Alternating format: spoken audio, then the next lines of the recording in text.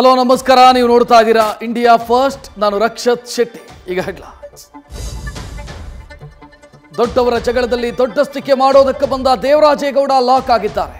ಲೈಂಗಿಕ ಹಗರಣ ಬೆಳಕಿಗೆ ತರೋ ಹೊತ್ತಿಗೆ ನಿಧಾನವಾಗಿದೆ. ಚಾಲಕರನ್ನ ವಿಚಾರಣೆ ನಡೆಸಿದ ಪೊಲೀಸರು ಮೊಬೈಲ್ ಸೀಸ್ ಮಾಡಿದ್ದಾರೆ. ಈಗ ಠಾಣೆಯಲ್ಲಿ ಒಂದೊಂದೇ ಮಾಹಿತಿಯನ್ನ ಬಾಯಿ ಬಿಡಿಸ್ತಾ ಇದ್ದಾರೆ. ಅಶ್ಲೀಲ ವಿಡಿಯೋ ಪ್ರಕರಣದಲ್ಲಿ ಎಸ್ಐಟಿ ಅಲರ್ಟ್ ಆಗಿದೆ. ಮಾಹಿತಿ ಸೋರಿಕೆ ಮಾಡ್ತಾ ಇರೋ ತನಿಖಾ ತಂಡದ ಸದಸ್ಯರಿಗೆ SIT chief BK Singh warning ಕೊಟ್ಟಿದ್ದಾರೆ. ಇತ್ತ ಪ್ರಜ್ವಲ್ ಬಗ್ಗೆ ಮೊದಲ ಅಪ್ಡೇಟ್ ಸಿಕ್ಕಿದೆ. ಜರ್ಮನಿಯಿಂದ ಬೇರೆ ಕಡೆ ಪ್ರಯಾಣಿಸಿದ ಮಾಹಿತಿ ಲಭ್ಯವಾಗಿದೆ.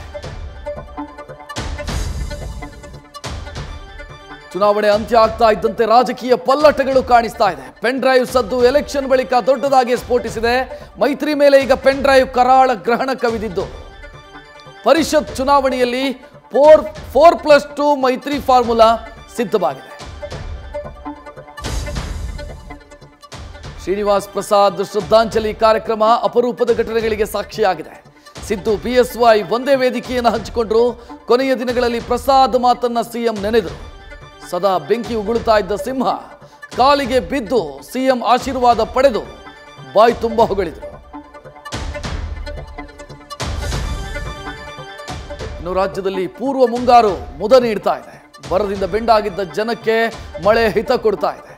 ರಾತ್ರಿ ಸುರಿದಂತ ಮಳೆಗೆ ಬೆಂಗಳೂರಲ್ಲಿ ಕೆಲ ಸಮಸ್ಯೆಗಳು ಸೃಷ್ಟಿಯಾಗಿದ್ದಾವೆ. ಹುಬ್ಬಳ್ಳಿ, ಬೆಳಗಾವಿ, ರಾಯಚೂರಲ್ಲಿ ವರುಣ ಕೃಪೆ ತೋರಿದ್ದಾನೆ.